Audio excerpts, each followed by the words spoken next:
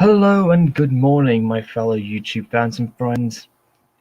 It is I, KaneFan701, and well, today marks a very special occasion. It is apparently the 109th anniversary of the disaster of the RMS Titanic, and it begins on this very day, on April 10th, apparently, and it will end on the night of April the 15th this year. It's Titanic month, apparently, and this is apparently the day of celebrating and, of course, to remember the legend of Titanic and all the lives that had lived and perished. It wasn't just a disaster that was unlike anything other, because this disaster marked an end of an era, of a time of innocence, and also the day that shipbuilding changed forever. And of course, even to this day, it is still remembered as probably as the greatest maritime sea disaster of all time, if not the one, according to some. I mean, if you remember back in 1912, that disaster wasn't like anything that we had ever seen before. Back in 1912, it was like on a disaster scale never before seen. It's it is quite, it was actually, like one of the worst things that ever happened in maritime history back in the last century. Ugh. And it really was, I mean, some people even went as far, saying like when the sinking of the Titanic actually occurred, apparently, some people felt that it was like an end of an era, the beginning of the slow decline of the British Empire. And actually, that was actually kind of true, because as soon as that happened, it really had a devastating effect on what became part of our country. And, it really was a symboling of an ending of an era, and kind of politically as well. I mean, it really was, a tragedy that no one foresaw. Well, if you count the guy who wrote the book of the Wreck of the Titan, maybe he kind of foresaw kind of like a disaster that would have happened, but I don't think he kind of really was aware that, that this would actually become a reality. That's just my theory about it, even though I have read the book of Wreck of the Titan and the comparisons between the fictional ship and the Titanic itself. It's one of them urban legends, man.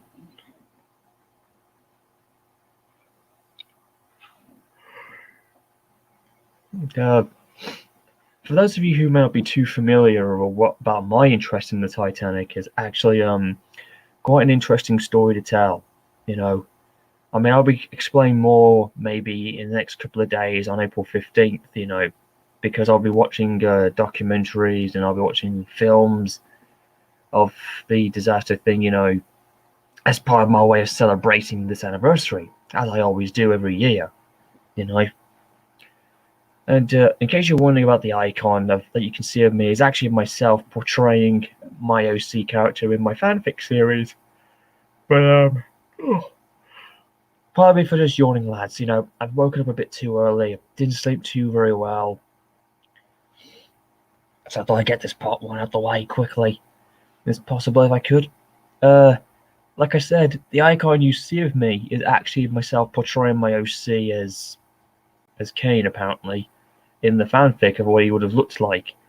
It's just an example. I mean, that was way back of me in 2012, and I had a bit more of a different style to myself. But yeah, that's just me for this event, when I was celebrating the 100th anniversary at the time.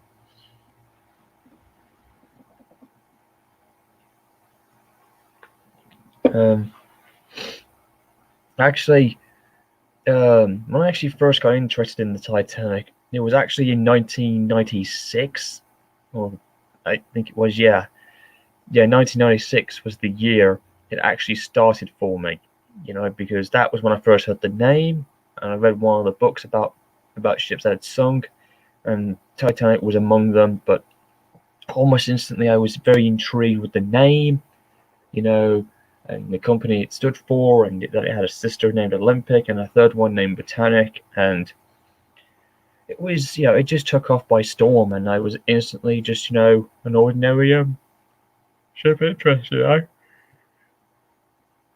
I just became fascinated, and I did so much, reading about it, growing up as a kid, because in the late 90s, it was crazy time, man, because that was the day, in the 90s, Titanic had taken over by storm. It was like a new generation at the time that were getting into it, and I happened to be among those who were, you know, and it was a very amazing feeling to know and learn about this. But over time, as I started to learn about it, throughout 1996 into 1997 and into 1998, I mean, those were the amazing early years of me learning about it, and I have to say, it's just a very, very amazing thing to remember by. It's just, yeah, it really was something special, man, because around that same time, the James Cameron film came out, which to me was the closest at the time we've ever seen the actual sinking itself, and of course, it still stands today as probably the all-time best. But like I said, it's what we saw at that time is what we knew, and of course, if you compare to many years later on, there's been lots of newer evidence I've found of other ways that Titanic sank and what other things may have unfolded during the sinking of the event, which has changed the way that we understand it. Yes, Asia Gusu, Olympics should have been preserved because she was the prototype of the Olympic class and she should have survived. While Britannic sank during World War One, Thomas, she hit a mine and went to the bottom and lost 30 lives. Whereas in Titanic's case, she struck an iceberg and went to the bottom, but she lost 1,500 souls, and of course, a lot of those people that died in the disaster were men, And of course, the old thing happened around the whole thing about women and children going into the lifeboats first, which was at the time a common thing to do. But at the same time, if there was no understanding, some men would be allowed in. It was part of the confusion, the chaos that unfolded in that night. But on this day, as you can tell, actually, um,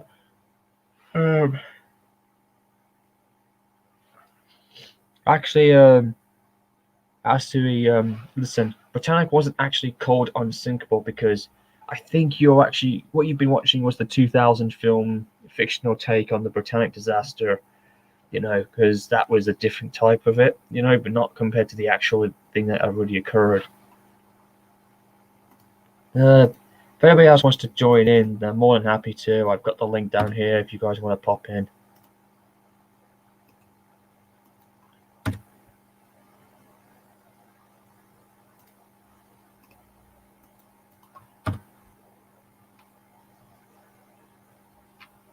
I mean, it really was one of the best things that that I've ever had to know. I gotta say, the sinking of Titanic, like I said, changed the way that we looked at shipbuilding. And of course, newer vessels were built to be more safer and much more secure. They would carry more lifeboats. They would follow the procedures more seriously. Because at the time of this all happening, it was the age of the innocents that ended up dying that night.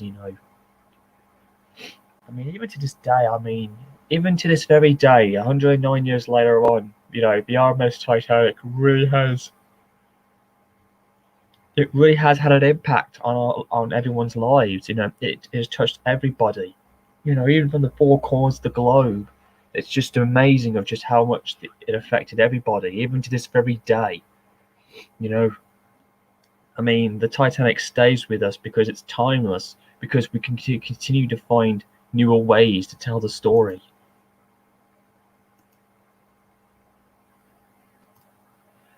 Good morning, Matthew. Welcome on this very Thank you very much indeed, Glenn. Just, despite what occurred in the last stream, which I have, I wouldn't say regretted, but I had to get it out of my system, and of course, I'm being this or that or whatever, but I'm not gonna let that get to me because I just, I just had to do it, even though I didn't screw up or whatever. But yeah, I was literally, yeah. But I feel better in the end that it was over with. as far as I'm concerned, I've said my piece and I'm done. You know what I mean? And now I'm using this now to progress onwards. So again, Matthew, today, like I said, it marks a special occasion. You know, Okay, the drill. this is part one of the anniversary special, and then April 15th will be the final one because I'll be not here for a few days for Yeah. this occasion. Yeah. But any cases, like I said, Matthew, in 1996 I was introduced to the Titanic thing by the name and read about the disaster because that's how it all started. And my early days were very, very nostalgia, and I can still remember to this day just being so captivated and just, I just thought it was one of the most fascinating sea disasters to learn about, And even to this day, I mean, I've learned better, understand it more better now. But back in the days when I was growing up, it was very, very different. Exactly. So to ask on your behalf, Matthew, what are your memories of when you first heard about the Titanic? Let alone when did you know about the movie, or when did you become captivated by the story? I was obsessed with the Titanic before even the movie was released, and What really, year? What year did you when you first heard about the Titanic? When did it all start for you? I was probably about 12 years of age. So that would have been in 19 something. If I was, let's just say 1992, I was 9 years of age.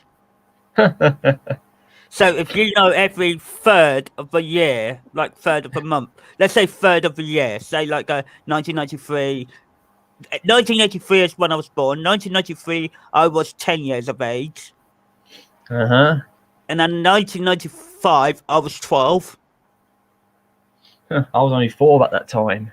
So working that out, because of the way I was born and all that, I had to go in by the school calendar year. So even if I was about to turn 18 on October the 10th of a certain year, they will say, look, you cannot go forward, Matthew, because, they will tell you could go forward. But if I was, what I mean? It's due for birth year. So if your birthday, you turn 18 in August or something before September arises, you go straight to the new year and right into the new group of people that you go and mix with. You know what I mean? So it works that way. Yeah, I remember that kind of thing. I don't know, it was a bit weird about having new students that came to school. Like when I was in Lickey Hills High School in the Midlands, not far from where I'm sitting right now. That's when I first heard about Titanic, and it's funny because so many cool books I remember reading, and Titanic was among them. But one of the ones I remember that stuck out in my mind was the one that I got from a very, very old friend of mine that I remember so well. And I've got it, and I remembered learning more of the disaster that way. And then there was another one that had Titanic's name written in like steel on the book covering, and it had like one of the classic paintings because that's how I understood the tragedy and perhaps how it unfolded back in those early days. Because we had no film, there was no actual filming I remembered at the time, so I just relied on photographs and of the real thing of Titanic and art paintings, portraying the events that unfolded that night. That's how I got to understand it from my perspective. Well, that is after the disaster of the iceberg disaster. James Cameron, the guy who did the movie, which when my mother was hearing about the movie, she thought that I was not going to be able to sit down for 3 hours, able to watch the whole movie in the cinema, which I paid off within a few weeks later after she told me, Matthew, go ahead and watch it now. You can go and watch it. And I sat down for 3 hours straight in the cinema, watched the whole movie. It did not stop there because then James Cameron, who I'm now mentioning about, Cameron, who did the Terminator movies and all that. Yeah. He done a documentary because he wanted to know how the pieces fell on the Atlantic Ocean. It's not just the bow of the ship or the port of the ship, the back end of the ship, or the front end of the ship. He wanted to know where all the pieces were, like a puzzle on the floor, basically. Basically, when you look at the wreck of Titanic, it was almost like you were investigating a crime scene, like a mass murderer. That's how he described it. When you have to understand, you have to put all the pieces back, and then you have to know how did How it this broke happen? apart. I mean, how did that end up there? Like, how did this unfold? Like, I mean, there were Yeah. so many questions. I mean, we already know, but many people had their ways of understanding it and had their own theories of may have happened. And I've had a bunch of them growing up, and even because we never know exactly how it actually, unfolded in the very end. Because everyone still talks about the breakup theories of Titanic, how she broke her back, Well, and how she went under the water. But in recent times, we've kind of got the closest that we've ever seen. Like, there's that YouTube channel with Titanic Honor and Glory, and they did a great job in recapturing the events. They play it every year in celebration, and it really is quite intriguing of how it actually unfolded. But to me, I've always stuck to how it would have been, like, based on my earlier looks and everything about it. But it really was. It's actually one of the fun things. It's one of the fun things that we like to do. It's part of the whole intriguing about Titanic, because yeah, I've always looked at Titanic as one of the greatest of all time. I mean, even though it's well known for its tragedy and shame and the loss of life that unfolded, and it is very tragic. And there have been times where I've cried a few times because we all know it's it's happening, and we can already tell. But every time this event comes, it's like a part of me almost teleports back in time and in spiritual way that you're there. And it's quite funny actually when I talk to a lot of people when they understand the Titanic disaster, when they watch the films or when they watch anything, you get this. It's almost like you get the sense that you were actually there, and I wouldn't say it's kind of scary, but it does give you that yeah, impersonation. that Victorian age department. Yes, I totally agree with that because I asked one of my original family members out there, and they stated you had family on the Titanic, Matthew, and that's what they also stated. Oh, we've got two other guys who decided to join for this event too. Hello there, lads. Hey, Michael. Hey there, Howdy. Milas. Time no Hi, here. Michael. It's been, despite what really unfolded last night, let's just say this new stream is here to overshadow it and kind of progress forward afterwards. You know what I'm saying? Because it really did get a bit unsettling Yeah, tonight. But the good news was there was no drama, there was no, yelling and ranting in the whole thing or whatever, because we went about the right way and kept our cools and everything. But yeah, any cases, today is a special occasion, and we're going to use this to try and move on forward and just, regardless of what went down, it just had to be done, and now I feel partly better about it. But the next time I do anything like that, I will, do a private stream or whatever. But this here has to be done. Everybody has to understand, because, it wasn't any argument or whatever. It was just I wasn't happy. Hold on, And I found something that may be interesting because I just had to do it. I wasn't doing it to cause any problems, Michael. I just had to get out of my system and just finally close the book once and for all and just move on afterwards, regardless of what everyone's going to do now. yeah, I understand completely. It's something that you have to do. Okay. if you know what I just brought up, don't you? Oh yes, the best Oh yeah, James Cameron's final word on Titanic. It was one of the best documentaries. I remember this so well. I remember this. This was great. This was like how he redid the sinking of Titanic, of how it actually, at the time in 2012, this is how we understood how the sinking happened. And I think I don't always like to admit it, but at the time I saw this, I thought, okay, this is exactly how it went down. At the time. So yeah, technically in a way, this is the case. Because in 2012, Titanic literally dominated that year when it was 100 years, and it was almost like we were getting the final story Peace. told. Like, this is how it unfolded bit by bit, and how it was there on the night of April 14th, 1912. And at the time, I do believe at this point, this is exactly how it unfolded, so I kind of feel like we got ourselves corrected once and for all. Yeah, but you had to wait nearly over 100 years after that sinking to get the answer that we needed. That's the thing. That's what triggered it off. People actually say we did get the answer, but this is like James Cameron's way of saying this is how it really happened once and for all. Yeah.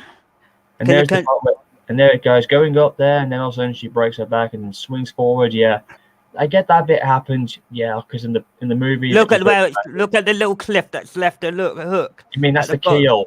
That's the keel going off, and then she goes downwards, and the bridge blows down, and she accelerates and falls down like a torpedo.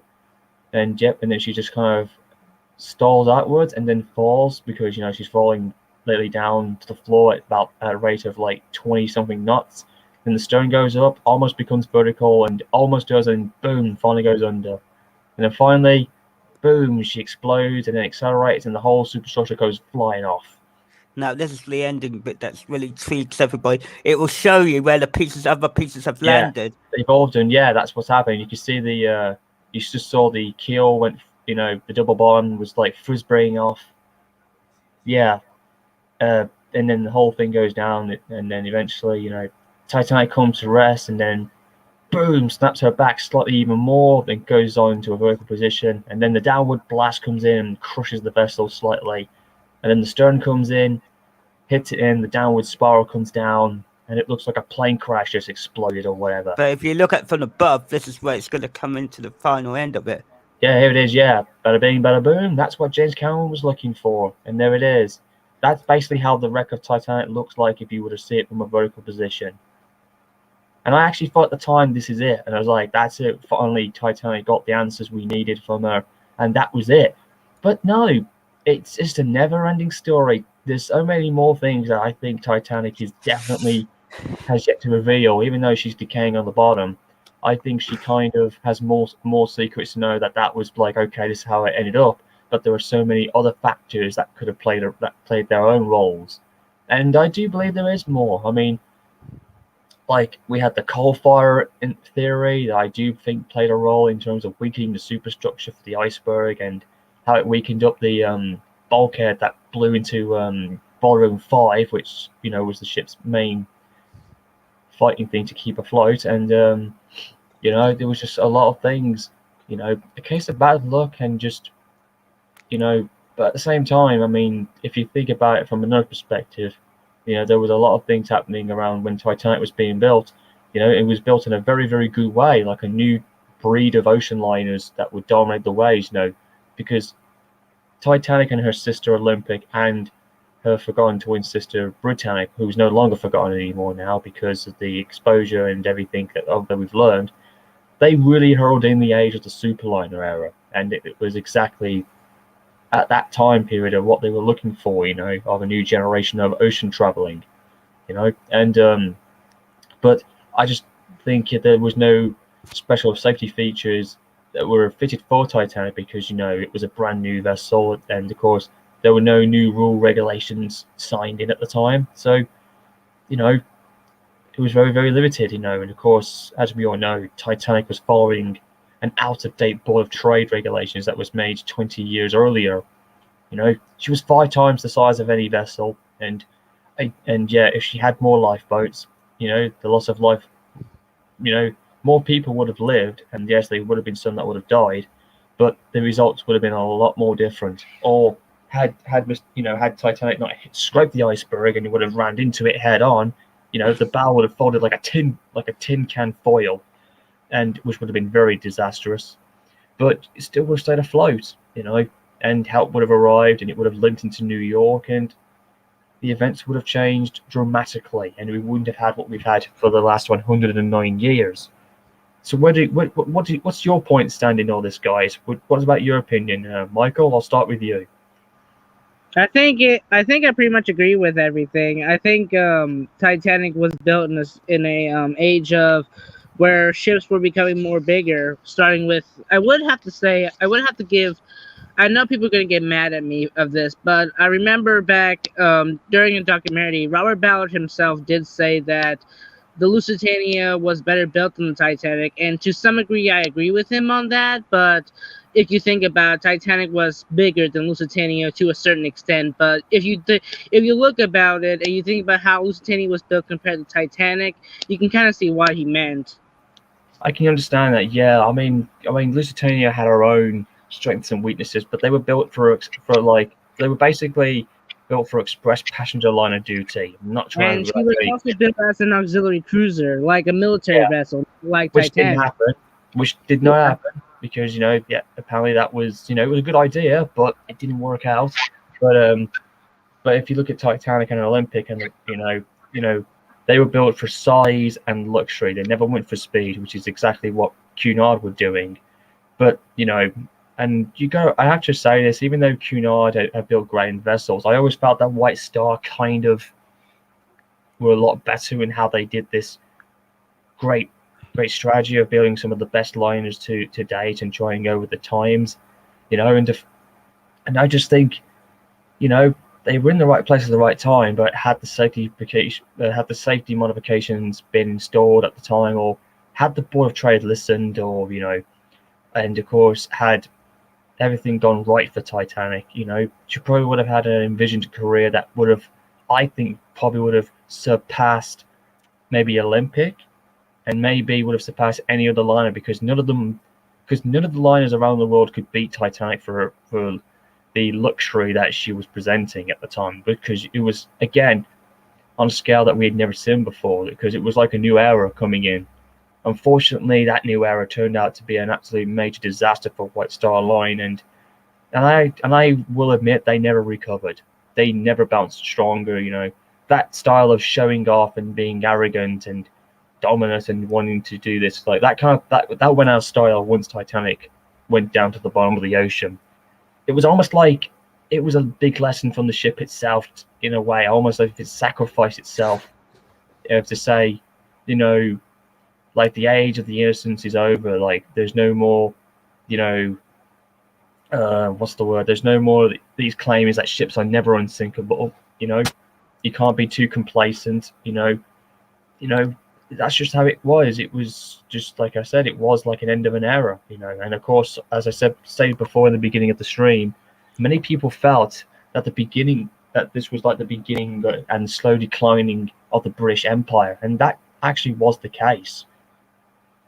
I mean, even I was a bit dumbstruck when I first heard about that. I was like, wow, literally, and I thought that spelled the end of us in that time period. So what do you think, Matthew? What's your thoughts about it? Well, let's take the facts into consideration. Yes, she was actually the first ship to able to set sail on April the 10th, 1912, on Wednesday at 10 a.m. in the morning. It did. That's fact number one. Fact number two, while she was in building process of herself, the rivets themselves were not, they were overcooked. They were weak. Yeah, they were very weak, yeah. They were very weak, so when the iceberg hit the Titanic, or the Titanic was going at the fastest speed that she was going at, I think that was 28 knots, when they were trying to turn her at the fastest speed that she was going at. Actually, Titanic never went at 28 knots. She was actually 24, I think. Yeah, 25 miles an hour, which would have made her go at 21 knots. Yeah, that was because that was the fastest speed on sea, and at the time when she was turning, the rivets popped out as you will call it, hit the iceberg, pop, pop, pop. Yeah, they had plants and blow. They were just enough to, like, open some of them up, and eventually, because they weren't designed to take on. Basically, Titanic was not designed to have a side-on collision, because the bulkheads were built for a head-on collision, and no one anticipated it being hit from the side. That's the thing. Even though people had to say, he said that, what would happen if she was in a collision, and of course, the theory being is, she was divided into 16 watertight bulkheads and a double bottom, so that would make her a 2-compartment ship, if you would count that. And of course, the hope was, and this is what White Star were thinking at the time, in theory, which almost did work, I think, it was like, the hope was that even if she were to start flooding, she would have functioned as her own lifeboat, and that's what she was almost designed to be, almost at sea in a way, which at the time I didn't kind of think that would be possible. Like, how can a big massive vessel, or any vessel, function its own lifeboat when it's got its own for the passengers? But that was quite a bit strange, but at the same time I thought that was kind of cool. It was like, oh, so even a massive liner can function as a big massive lifeboat at sea without and everything else. And I thought that's quite cool, but still, I do believe, it was a good theory, but I just, it just didn't work out, as we all know. She was supposed to stay afloat above the type of 6 flooded compartments, 6, and she should be still at float. But because the water was flooding over to E deck to F deck, going backwards and backwards and backwards, it was pulling the ship down from the front. Where Yeah, the weight of water in the bow was pulling her by the head, and the thing was the bulkheads didn't go high enough, and they were a weak thing, and when the ship would go down, the water would go above the compartments to fill into the next and the next and so on. That was like a domino effect. It's like when you put water on your ice cube tray, the first floor part will go down and bend. That's technically what happened in Titanic's case. Yeah. Well, the other thing was that because there were thousands of workers working on Titanic as well, you had Olympic that had a collision with HMS Hawk. HMS Hawk, yeah, the HMS Hawk collision, yeah, that delayed Titanic's original departure from Southampton originally because it was supposed to take place in March, but eventually, Olympic had another disaster again when she lost her propeller blade on the February of 1912 and came back again, so they had to push the date back to April 1912. Even Titanic even gave up one of her propeller shafts for her sister as well. And again, this was a contributing factor because at this point, the melting ice pack was now lying directly in the direction of the vessel. So again, had all these factors not happened, we wouldn't have had that would have been another case. Had none of these things happened, prior to this, Titanic probably would have completed her voyage with no hassle and probably wouldn't have been lost. There's so many other factors that could lead up even before the event itself even unfolded. What do you think, Michael? Well, I agree with you, but I have to point out that without Titanic, we wouldn't have these new regulations about having every single light bulb for every single soul on board. Yes, it could have come later, but what if the Lusitania sank? Well, I guess it wouldn't make much of a difference, judging how fast she sank. But what about Britannic, for instance? She had, I believe, 35 light bulbs launched out of the 48 on board. I think she had 45. I think she had 48 lifeboats, more than enough for everybody. I think. Because if you work it out, and I think you will agree with me, Michael. Even Glenn would, and I said when Titanic, before she set sailed, Thomas Andrews and Harland and Wolff were going to court to try and get some more lifeboats. They only allowed a capacity of 16. Actually, in fact, Titanic was carrying 16 lifeboats. Yes, she was. But in fact, she was carrying 20 because she had 4 collapsibles as an extra. Yeah, I know. Yeah, that's the extra. That's only because they get away with it a little bit. But by law, standard law in that era of 1912, they're only allowed to carry 12 lifeboats, and that's the law in 1912. It wasn't the safety limits we have now. It's not like... basically Titanic was well over the tonnage of over 10,000 tons or over, but she was like 46,000 tons, and she was even bigger. Like I said, she was the largest moving man-made object ever done at the time. And I do believe personally, White Star were following an old regulation, and they should have changed it. Honestly, they should have listened. I do believe that. Yeah. I do believe. Even Andrew said you can clearly see that Thomas Andrews said in the movie when he's speaking to Rose, he says he could have put an extra davit of lifeboats inside the deck section, but it would be thought by some that the deck would look too cluttered, so he was overruled. And I think and to be honest, he was overruled the wrong way. I wouldn't say criminally, but I do think he was overruled the wrong way, and he should have been listened to because obviously he knew what he had in store for Titanic. He wanted her to be much more improved than the Olympic because she was to have newer features that the others didn't have. I'm telling you, there was all this claiming. It wasn't White Star Line's fault. It wasn't their fault to say that Titanic was unsinkable.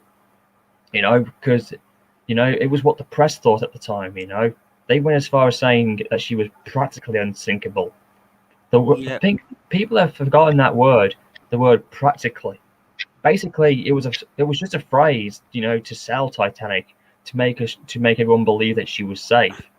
So I guess Thomas Andrews kind of knew what he was saying, but no ship is unsinkable. There's always a weakness to everything. Yeah, there is. if you think about it, the Hawk incident just like the Hawk just fueled that suspicion that both Olympic and Titanic and what would become Britannic would become unsinkable. No, Well, that's the thing about it. Titanic. Olympic survived the collision with the Hawk with only 2 compartments flooded, and that proved that her watertight systems could work. Yeah. You know, that was a good idea. But at the same time, again, all these claims happening around the Titanic was unsinkable, that she couldn't. I mean, I will admit, even I kind of thought that of her ship of her size wouldn't either at the time. But but I think that anything that's big enough, or that's a hole that's in itself that's big enough, will sink. Unfortunately, we all apparently say that 6 compartments were flooded in Titanic, but I've always stuck to the idea that 5 were ripped open, and eventually, that's just how I think it happened. And volume 5, which was the 6th compartment, would give away, and eventually that's what led it to its demise afterwards. I mean, Thomas Andrews said it was a mathematical certainty. Yeah, I agree. It was a mathematical certainty. Even Captain Smith said in one of the documentary dramas, he said to Andrews, like, where's the tipping point? Where does your mathematical certainty become a reality or whatever? And he said, when we lose Boiler Room 5. And they were actually, because the men down below were trying to get rid of all the water out, and they did seem to work for a while. But eventually the bulkhead just blew out, and eventually it flooded in, and eventually that was it. And then it was just like the final countdown began. And Actually, that was the watertight door that was attached to coal bunker that gave way. Yeah, that's what I mean. I do believe the coal bunker played. I do believe that coal fire theory did play a role, even though some don't believe it ever happened. But Titanic was like any other liner. She was a coal bunkered fired ship, and they were very common back then. They weren't rare. It was natural. So the thing was, as well, with Titanic, she had unlike many other vessels, her coal bunkers, which stored all the coal to fuel her in, were like 3 stories high. So you can only imagine how intense the fire thing would have been. They were moving it all around, and the only way to deal with it was by shoving it into the burning furnaces. And they did. They eventually had done it. If you watch the documentary Titanic: The New Evidence, it shows you how the fire itself played its own role before this whole sinking ever happened. So I do believe Titanic was weakened up perfectly even before she hit the iceberg. So I guess you could say fire and ice played its own twisted role in the whole thing. correct. Because Exactly. fire and ice do not mix. No, but it did kind of work on Titanic in a way, Matthew. Yeah, it did. Because 1912, like I said, the Titanic was driving slowly, but they ignored the ice warnings, which made it even worse. Yes, indeed, Titanic ignored 6 ice warnings, but it wasn't the fact that they should have listened and took it seriously, and they would have had no trouble. But seriously, though, I mean, but at the same time, Titanic was actually on duty, working Cape Race, delivering private messages from first-class passengers, and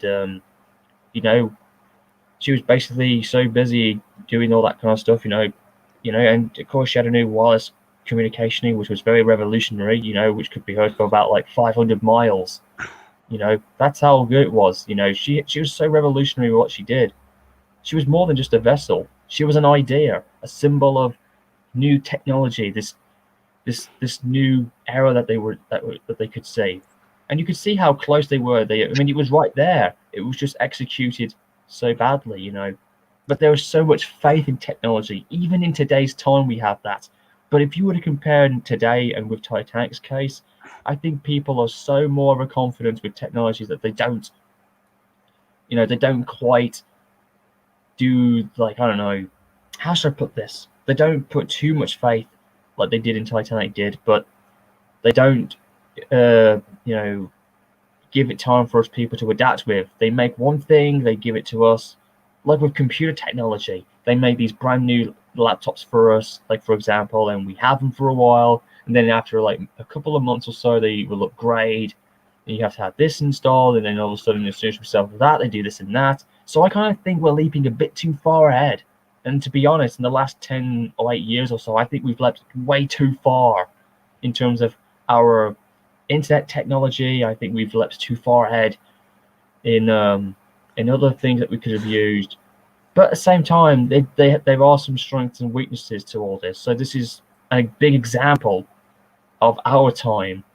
But at the same time, it's a lot more better and safer. But at the same time, I keep saying this: there's always going to be a flaw in everything that, unfortunately, that we will uncover. It's just one of those things. As much as we humans try to evolve better and move forward with the times, but I think we've gone way a bit too ahead of ourselves a little bit, which is why I always argue with the fact: stay with the older technology, or try and combine the old with the new and see where that goes, like a hybrid.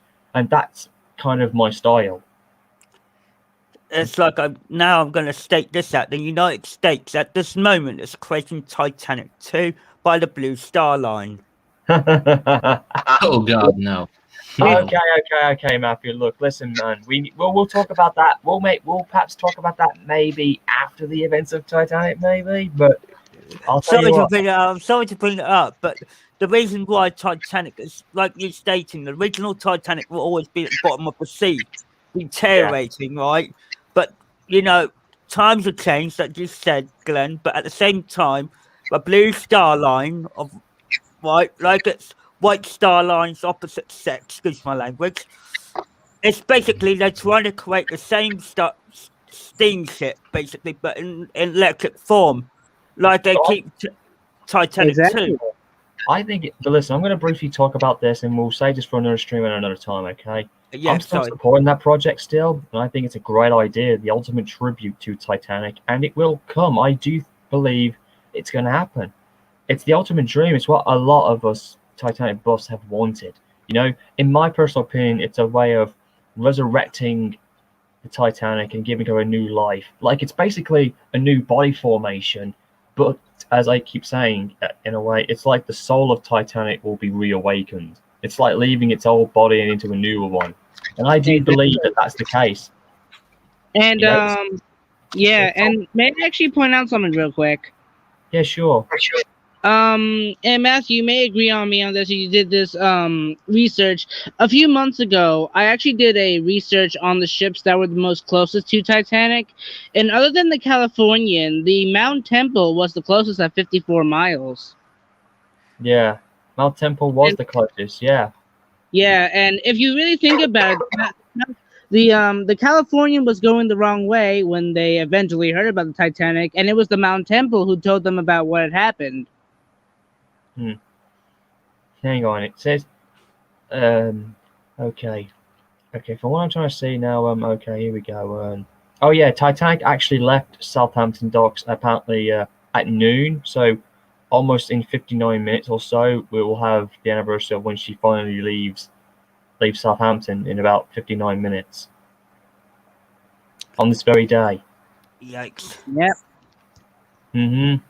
I kind of feel like in this may have been like a possibility, but I feel like Olympic was the more favorite sister until the actual sinking, because you think about it, Olympic was revolutionary ocean liner, but then came Titanic sinking.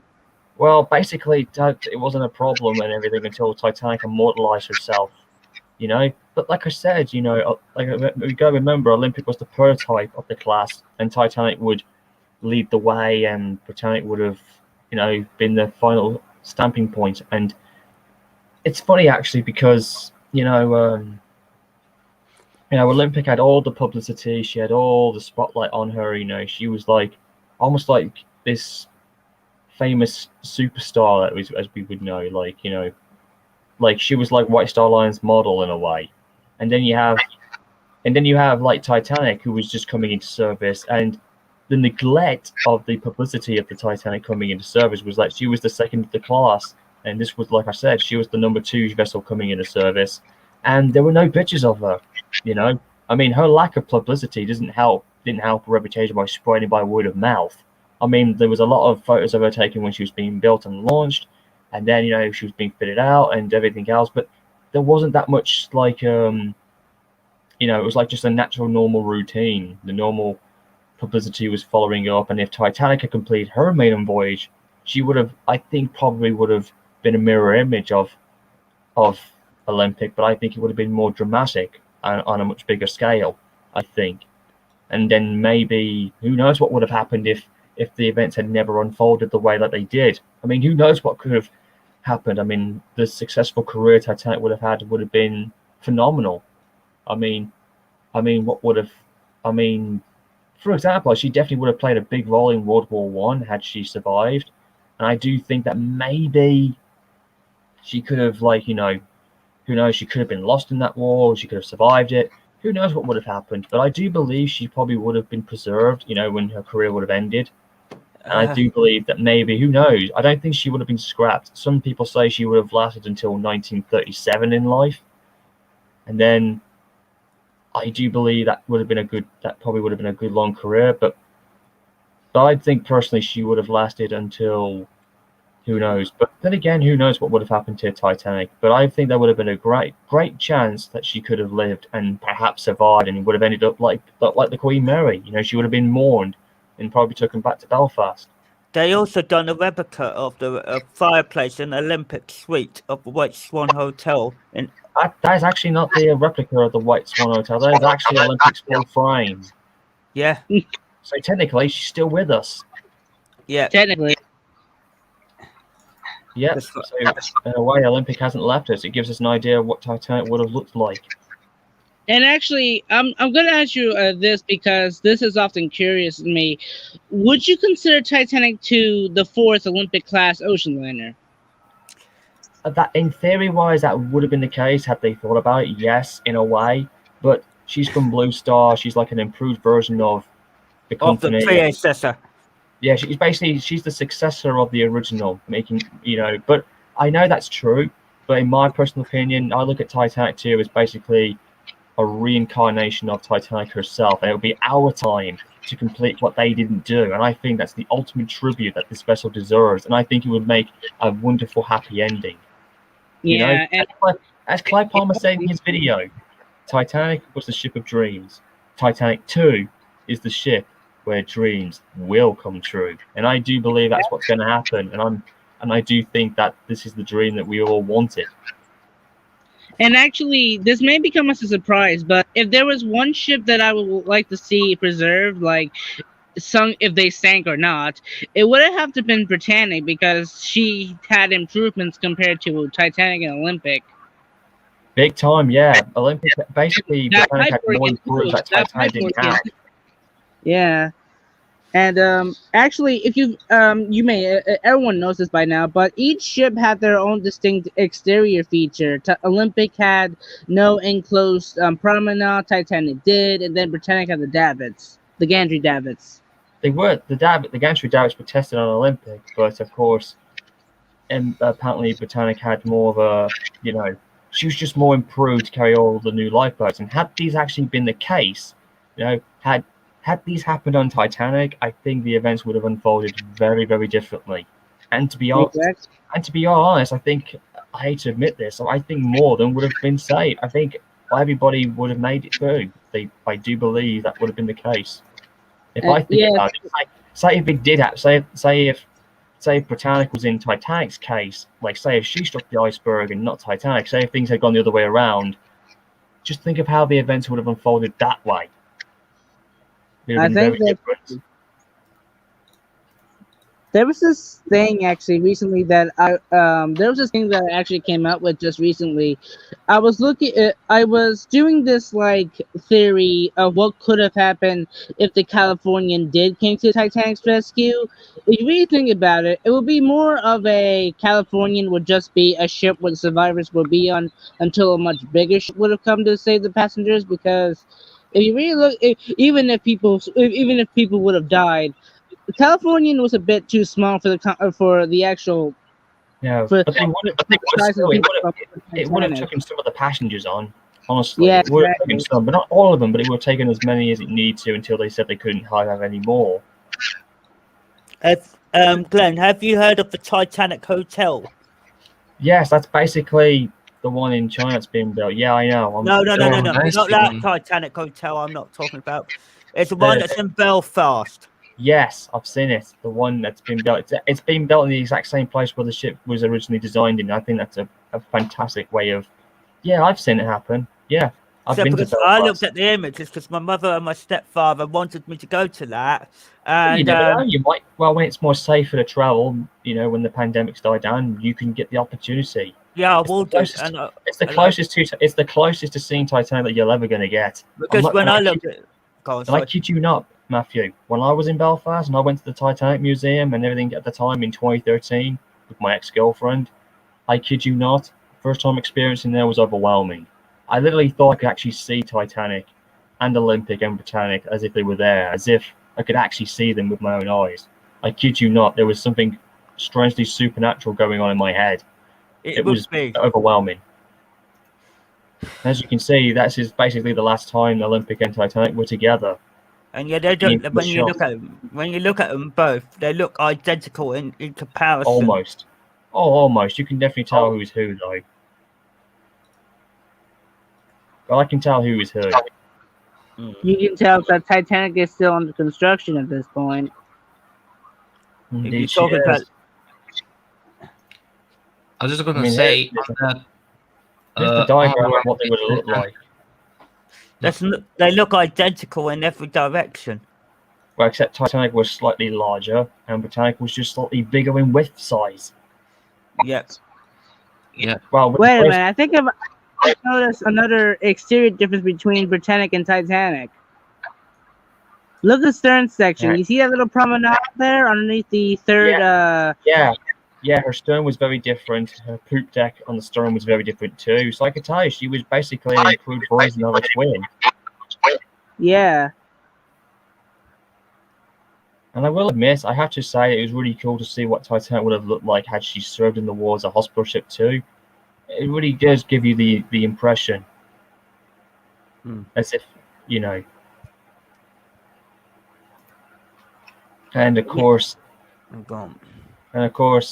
there's one of the few photographs that actually Olympic and Britannic were actually together a couple of times, and you can clearly see the difference. There's Olympic, and there's Britannic still being fitted out prior to becoming a hospital ship. So the two sisters did meet up, and I just knew it. Do you actually believe that Britannic was supposed to be named Gigantic? Because people keep saying that's just a rumor. Actually, it was true. Gigantic was originally. That was true, but when the whole change happened, it's just a rumor. But the whole thing showed the whole thing of the whole name was like a tempting face. But Britannic, in a way, was a lot more better named than Gigantic. Yeah. And think about it. It comes from Greek mythology. Olympic was named after the triumphant gods, and Titanic was named after the Spanish gods, who were to rival the Olympians. And the giants, which was Gigantic, originally named for Britannic, were the guys who were slaughtered in that war, and they were banished as well. That's the origin names of three sisters and where they come from. You can tell that White Star didn't have very good name ideas because they had 3 Oceanics. Well, technically 2, but 1 was incompleted. There's Olympic in her dazzling camouflage form. In World War One. She was in that form when the incident with U-103 happened, I think. Yeah. She's the only vessel to sink and ram a German submarine. There's the other infamous shot of Titanic leaving Southampton on this very day. That's like the most iconic picture of Titanic, honestly. Yeah, and it served the wealth of time. And there's an infamous shot of Britannic when she was a hospital ship. That was actually one of the first best shots I've seen of Britannic in full form. You can clearly see how different she looks to Titanic. The reason that got attacked is because there were guns on board. Not really. Britannic, listen, if you want to talk about that, that's actually from the film Britannic 2000. That's actually fictional. It wasn't the case. No, Britannic sank after she hit a mine and went down in 55 minutes. There was actually a theory that Britannic may have sunk of a second explosion. No, that was not the case. There's Titanic how she would have looked like had she been in a White Star livery form, and a really good impression. What do you think? Yeah, I would exactly agree the same. That would basically be what happened if Titanic had all the regulations given to her if she had. Yeah, Exactly. correct. Had White Star listened, this was exact. Like I said, like I keep saying this before as a theory. What if this had been Titanic if she looked like this on April the 14th and had started sinking, but she had more lifeboats for everybody on board? It's a pretty good chance they would have gotten all these lifeboats out if you were to do the countdown in 2 hours and 40 minutes, because that's how long it took for her to sink. Exactly. And actually, I would praise Captain Rostron for not having the passengers going on the Olympic, because if you know, during the rescue operation, Olympic offered to take the passengers, but if you think about it, that would have been just asking for like something bad to happen. Oh, definitely. Imagine. I read this in a book about the USS Indianapolis. Imagine you're like a shipwrecked person, and then you see like a hallucination of your own ship that sunk. But in this case, it will be real life because it will be Olympic, not Titanic. People would just be like scared to be on that ship now. I wouldn't be too scared. I would have been happy to be on board, but knowing the events would still play in the back of my mind and know what to do.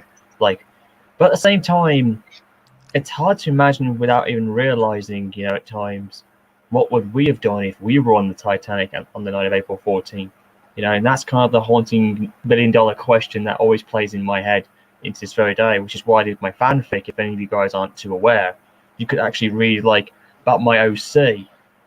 He's like the co-captain of Titanic, even though that never happened in real life. It's giving you the impression of me being there, what I would have done had I been a crew member or whatnot. If I was partly in charge, what would I have done?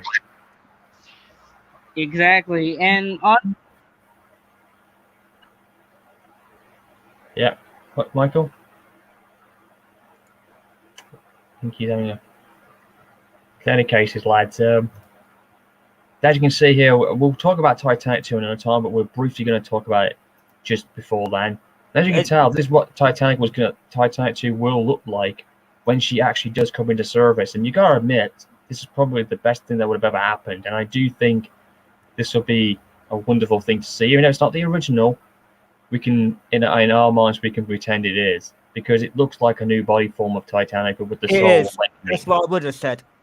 This would basically be the best thing that ever happened to Titanic, and she deserves a second chance of life. Yeah.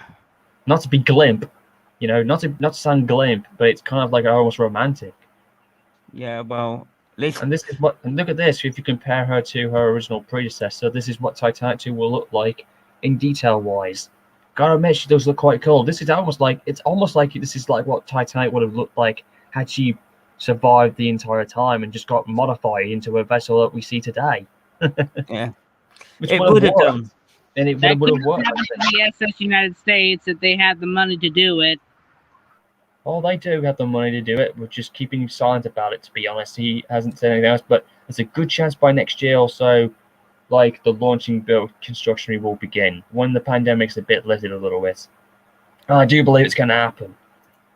The only thing is that the White Star Hotel or the White Star Line department in Liverpool is closed off. It's now a hotel.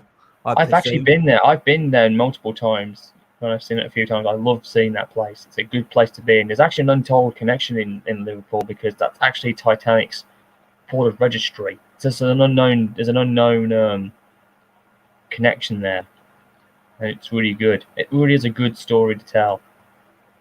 And here's the other one with Titanic, the other one that they're going in China that's never going anywhere. But this is another good thing to happen with Titanic, to build the original and just kind of relive it. Yeah, I know. That's good on the Titanic spirit. Hey, even I'm not the only one who thinks Titanic's got a spiritual soul. That's really cool. Well, it has, because there's a lot of people. I think there was a documentary that they were testing the Titanic Museum, and they said there were some places that were colder. I mean, seriously cold. Enough that are ghostly, spiritual. Not ghostly spirit. I don't think there's anything ghostly about Titanic. I don't believe that at all. But I do believe that, the souls of those of all the dead are still there, as if the great days have never ended or anything like that. Because I do believe that by 2012, in 2012 when the 100th anniversary came along, I do think that Titanic kind of had some closure and peace done afterwards. And I do believe that's been the case since, but it always seems like there's a never-ending story and she's still showing that there's more to understand and be learned. And I technically think that's the case still. Mm. It's just a never-ending story, and it'll keep evolving. And I that's agree. exactly what Titanic's doing.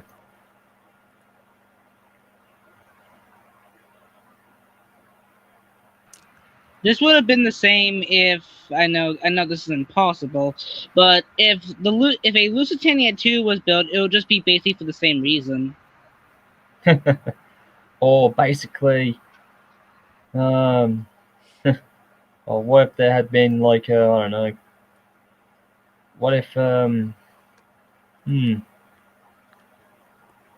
was I gonna say now? What if they ever did like a I don't know, a modernized take on the Lusitania and the Mauritania, like we see with the Queen Mary 2 or the MS Queen Victoria or even Queen Elizabeth. They would have looked like that if they were to. But basically, the RMS Queen Mary II is technically the last ocean liner to ever have that name. So there's no more steamer lines anymore. But as far as I'm concerned, there are modern ones in a way. But like I said, There's actually one good, ship that's still around that was used to be an ocean liner. It's one of the oldest ocean liners that was still in service. Oh yeah. Yeah, it was the have you ever heard the story of the SS Andrea Doria? Yeah, I know her very well. She was also the last final BRB. ocean liner of that time, and she sank in 11 hours. Yeah, the ship that sank her, the MS Stockholm, she's still around today, but she's named the MV Astoria. Nice name. Yeah, she's one of the oldest ocean liner. Well, I wouldn't consider her calling her an ocean liner now, but she was one of the oldest ships that used to be an ocean liner. Funny enough, Andrea Doyle was also, ironically enough, going off topic slightly, basically with the ship that was identically used for the horror film Ghost Ship. Yeah, which is quite cool. Even though they could have, they could have just like tweaked a little bit, making it a little bit different. But you know what I mean. It did look a little different. But when I first saw the title Ghost Ship and it had like one side of the ship and you see a big scout on the opposite side, I don't know why, but due to the angle, it almost looked like Titanic almost. Hmm. Yeah, the posters that you would often see of the movie now, you can obviously tell that was probably the Andrea Doria or the Queen Mary. Yeah, but still though.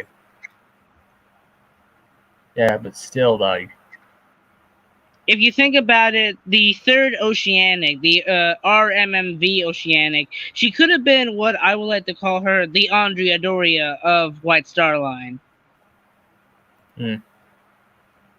Indeed, yeah. I will agree on that.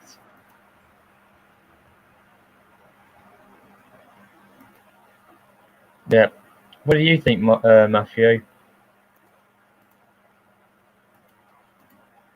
Matthew? Oh, he's muted himself.